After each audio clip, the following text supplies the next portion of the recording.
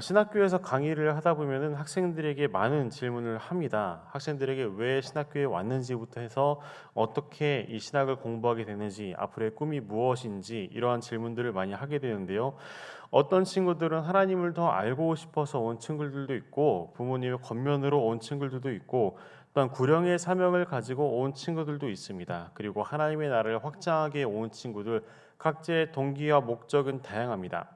여기에서 학생들과의 관계가 더 형성되었을 때 하나님께 쓰임 받고 있는 사람이 있느냐라고 물어보면은 대다수의 학생들이 손을 들면서 쓰임 받고 싶다라고 대답을 합니다. 일반적으로 학생들이 생각했을 때 하나님께 쓰임 받는다라는 것은 영향력이 있는 사람으로서 미디어에 노출되고 많은 부분의 설교를 다니고 그냥 명예가 따라오는 그런 사역자가 되는 것이라고 생각하는 친구들이 많습니다. 하지만 이것은 반은 맞고 반은 틀리다라고 이야기를 해주고 있습니다. 하나님께 쓰임 받는다는 것은 우리가 하나님의 은혜로 예수 그리스도의 십자가의 대속의 은혜를 믿고 우리가 하나님의 자녀로서 새 사람이 된 것부터가 하나님께 쓰임 받는 도구적 삶으로 우리는 이미 전환이 되었습니다. 우리의 삶 가운데 우리는 하나님의 도구로서 지금도 쓰임 받고 있다라는 것을 기본적으로 학생들한테 알려주기도 하고, 여기서 더 나아가서 특별하게 쓰임 받는 사람들은 보여지는 곳이나 보여지지 않는 곳이나 늘 하나님과의 관계를 우선적으로 생각하고 하나님께서 주시는 비전을 자기가 할 수 있을 만큼 최선을 다해서 열심히 읽어가는 사람들에게 분명히 기회를 주신다라고 학생들한테 이야기를 하고 있습니다. 학생들은 보통 이제 학교에서 배우는 과목들 혹은 책을 통해서 하나님께 어떻게 쓰임 받을 수 있을까 고민하는데, 실제로는 학생들이 성장하기 위해서는 개개인의 경건의 성장과 자기의 성장과 또한 관계의 성장과 개인의 사역의 성장, 여러 가지 성장들이 이루어져야 하는 부분에 대해서는 알지 못하는 부분이 많습니다. 우리는 매일마다 역대기를 통해서 남유다 왕들의 교훈을 듣고 있습니다. 다윗 이후의 왕들의 계보를 보니 선한 왕이 그렇게 보이지 않습니다. 초반에는 왕들이 종교 개혁을 통해서 우상을 철폐하고 하나님을 섬기는가 싶더니 말년에는 하나님을 앞서 섬기지 않고 이방 우상들을 섬기거나 아니면 북이스라엘과 우호 정책을 펼치는 여러 가지의 왕들의 반면 교사의 모습을 보고 있습니다. 아무리 그들이 삶에서 선한 일을 했다고 하지만 그들의 말년에 준비되지 않았던 마음밭에 뿌려진 성공이 그들의 인생을 패망으로 향하는 것으로 저는 생각이 듭니다. 오늘 본문을 통해서 다양한 성장과 우리의 필요한 이유, 이런 것들을 알아보고자 합니다. 오늘 본문 14절부터 16절까지의 말씀인데요. 이 부분에 대해서 한 번만 더 읽어보도록 하겠습니다. 같이 읽겠습니다. 시작.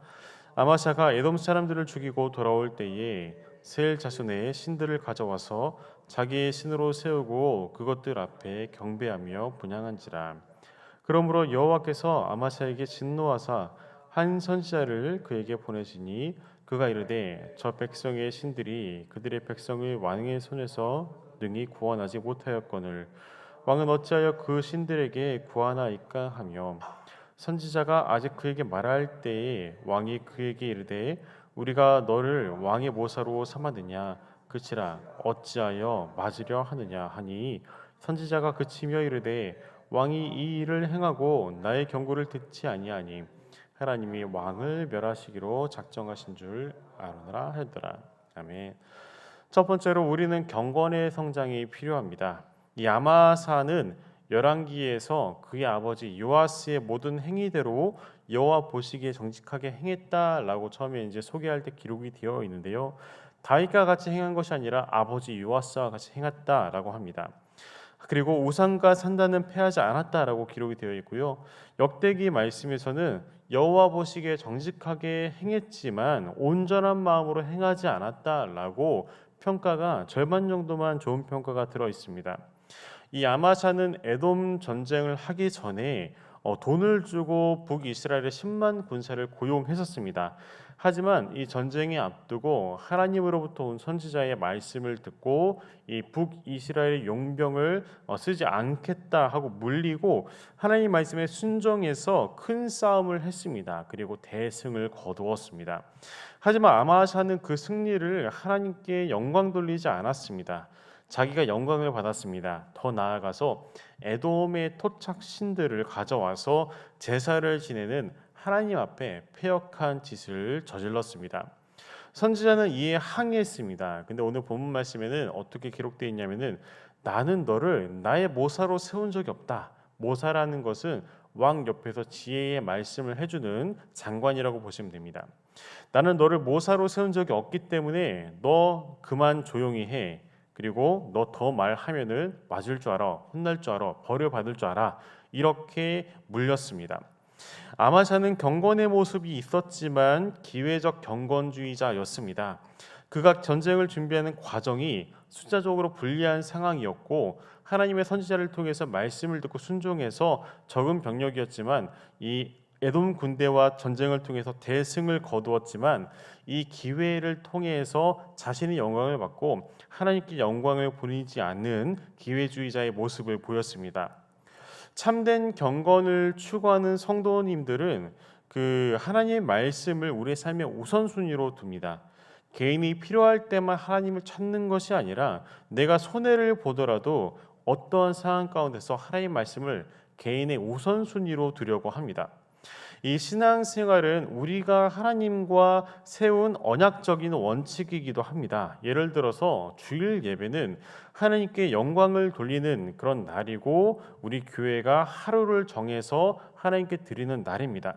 우리 일주일의 삶에서 하루를 하나님께 드리겠다라고 결단한 자발적인 결단인데 오늘날 그러한 자발적인 결단의 원칙이 기준에 나에게 맞춰져 있는 어떻게 보면은 기회주의적인 성향을 지닌 성도들 같은 경우에는 내가 중심적으로 내가 이러한 일이 있으니까 이러한 일 때문에 나는 주일을 이번에 지키지 못할 것 같아. 영상으로 예배를 드려야지.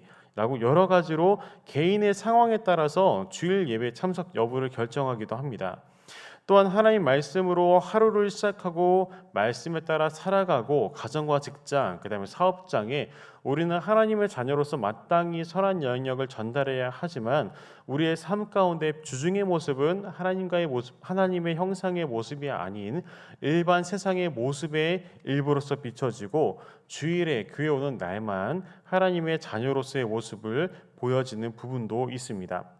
하지만 우리는 어떠한 상황에도 하나님의 자녀입니다. 그렇기 때문에 우리는 하나님의 자녀로서의 하나님의 형상을 늘 나타내고자 말씀으로 경건해야 되고 기도로서 우리의 삶을 모든 삶에서 결정을 해야 됩니다. 우리는 우리의 스스로의 경건을 수치하여서 들여다볼 필요가 있습니다. 부족하다고 생각하시는 분들은 하나님 앞에 말씀과 기도로 구하면 됩니다. 어렵지 않습니다. 히브리서 4장 12절 말씀을 같이 한번 읽어보도록 하겠습니다. 시작.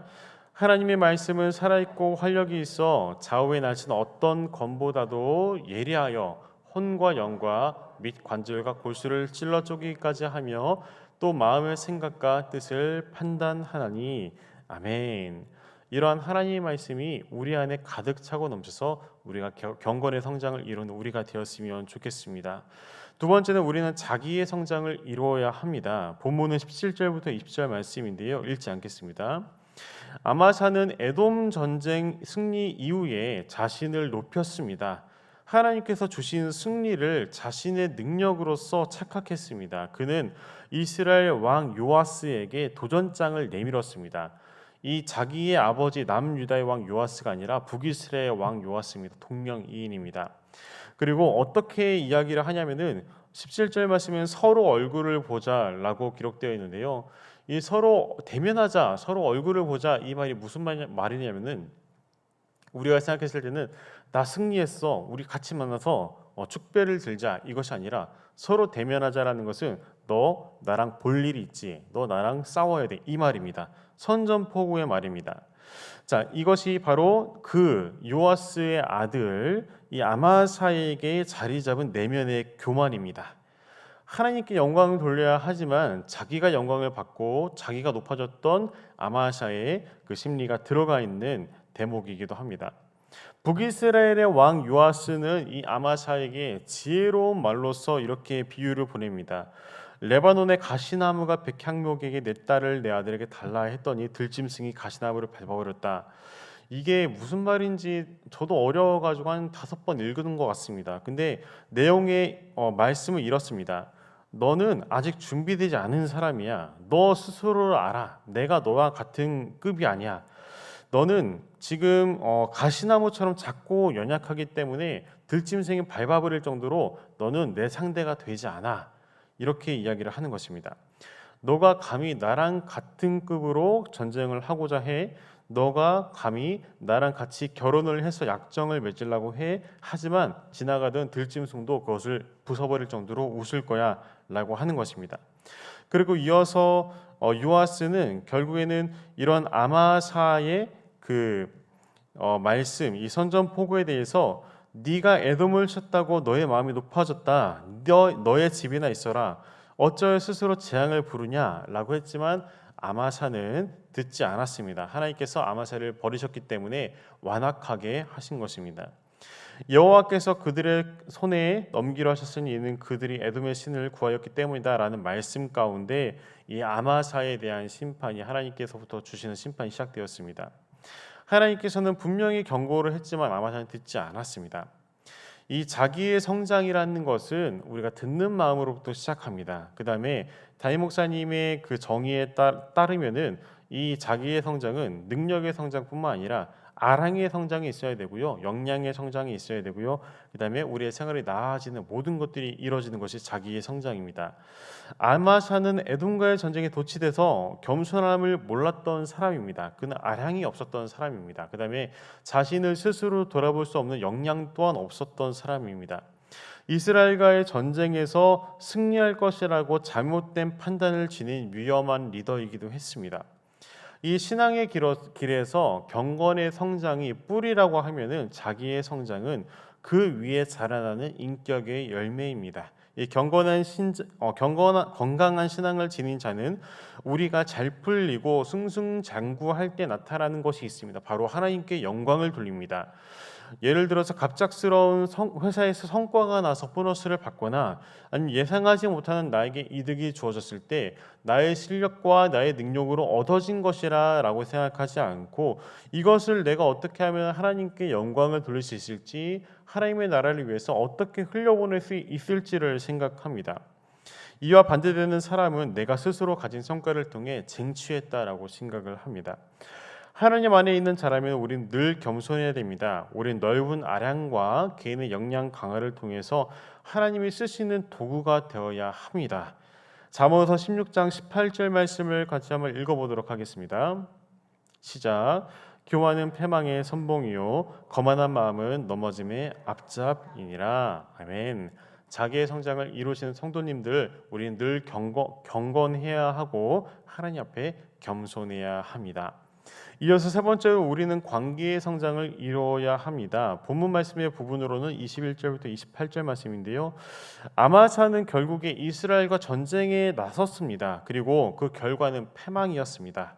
전쟁에 나갔던 자들은 다 도망갔습니다. 유다의 자기의 장막으로 도망갔다라고 기록이 되어 있는데요. 아마샤는 결국에 패전 왕으로서 불명예를 입었습니다. 그리고 전쟁의 이후에 15년 동안 거의 쥐죽은 듯이 살았던 것 같습니다.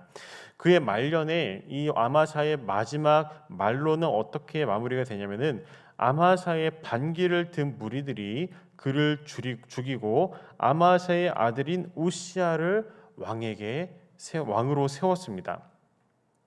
이 아마샤의 불경건함과 통치적인 미숙은 결국에는 그가 다스리는 나라에까지 영향을 주게 되었습니다.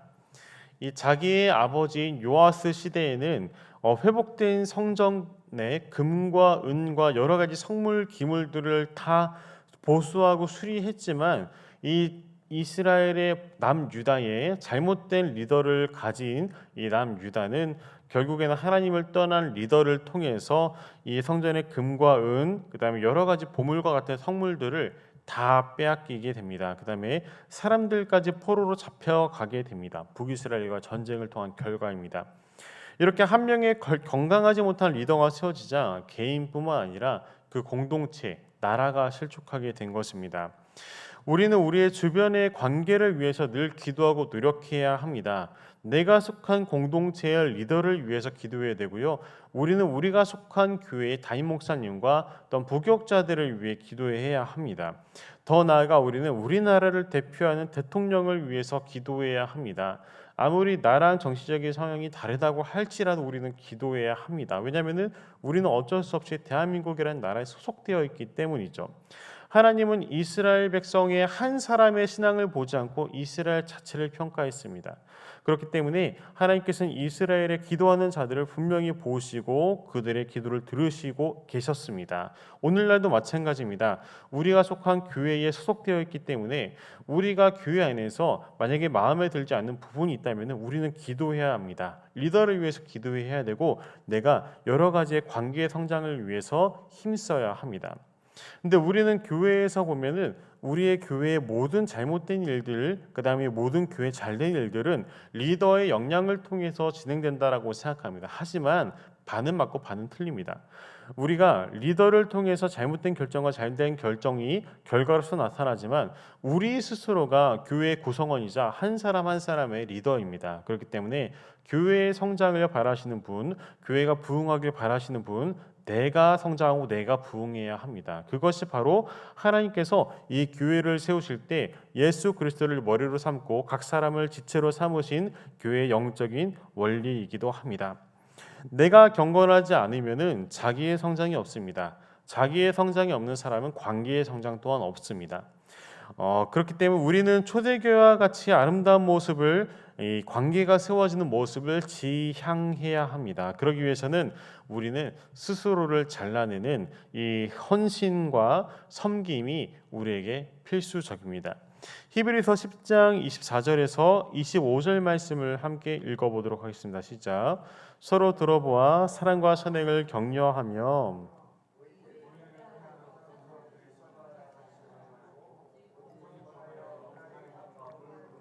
더욱 그리하자. 아멘. 예수 그리스도의 재림의 때가 언제인지 알 수 없으나 그 재림의 때가 곧 올 거라고 믿습니다. 우리가 그 날까지 더욱더 사랑과 선행을 격려하면서 모이기를 패하는 습관을 하지 않고 우리가 더욱더 모이기에 힘써 하나님의 나라를 더욱더 만들어가야 할 줄로 믿습니다. 마지막으로는 우리는 사역의 성장을 이루어야 합니다. 경건의 성장과 자기의 성장과 관계의 성장이 일어난다면은 사역의 성장은 자연스럽게 일어납니다. 사역자들이 교회 안에서도 일과 행사, 여러 가지 기도회 이런 것들을 만들어서 진행하는 것이 아니라 성도들이 교회와 지역사회에 또한 여러 가지의 필요를 자발적으로 인식하고 그 다음에 함께 모여서 계획하고 그다음에 어떻게 하면 하나님 나라를 확장할 수 있을까라고 고민해서 기도하면서 만들어가는 그런 사역들 통해서 하나님께서는 분명히 기뻐하시고 일하실 것입니다. 교회는 목회자들과 사역자들이 운영하는 곳이 아닙니다. 성도들이 자발적으로 섬기는 곳이 바로 교회입니다. 교회 리더들만 만약에 일하게 된다면은 그 교회는 분명히 건강하지 못한 교회일 것입니다. 하나님께서는 우리 각자에게 소속된 교회를 왜 섬기게 하셨는지 우리는 돌아보아야 합니다. 하나님의 계획에는 그냥이 없기 때문이죠. 하나님께서는 이 교회를 통해서 영광받고 싶어 하십니다. 그 다음에 이 교회를 통해서 예배받고 싶어 하십니다. 그 다음에 이 교회를 통해서 선교가 진행되기를 원하십니다. 하나님께서는 우리가 이 교회를 통해서 연합되고 마음을 쏟아서 자신의 일을 감당할 자들을 지금도 찾고 계십니다. 하나님을 사랑하는 여러분들, 우리는 합력하여서 선을 이루는 하나님의 자녀가 되어야 합니다. 무슨 일이든지 우리의 삶 가운데 하나님의 영광을 위해서 개개인이 성장해서 어떤 상황 가운데서도 스스로가 높아져 패망하지 않는 하나님의 자녀가 저와 여러분들이 되기를 소원합니다. 마지막으로 로마서 8장 28절 말씀을 읽고 마무리를 하도록 하겠는데요. 같이 읽겠습니다. 시작. 우리가 알거니와 하나님을 사랑하는 자 곧 그의 뜻대로 부르심을 입은 자들에게는 모든 것이 합력하여 선을 이루느니라. 아멘. 자, 제가 처음에 이제 신학교 이야기를 했는데 학생들한테 늘 강조하는 것이 있습니다. 지적으로 충만한 거 중요합니다. 열심히 공부하는 거 중요합니다. 하지만 더 중요한 것은 하나님과의 관계를 날마다 세워가는 것이다 라는 것이죠. 이것이 단순히 신학생들, 목회를 준비한 학생들에게만 해당되는 것이 아니라 하나님의 자녀된 우리 모두에게 해당되는 내용이기도 합니다. 그렇기 때문에 우리는 날마다 하나님 말씀을 붙잡고 하나님 말씀을 통해 성장하고자 하는 마음을 통해서 하나님께서 기뻐하신 자녀로서 오늘 하루도 살아가기를 소원합니다.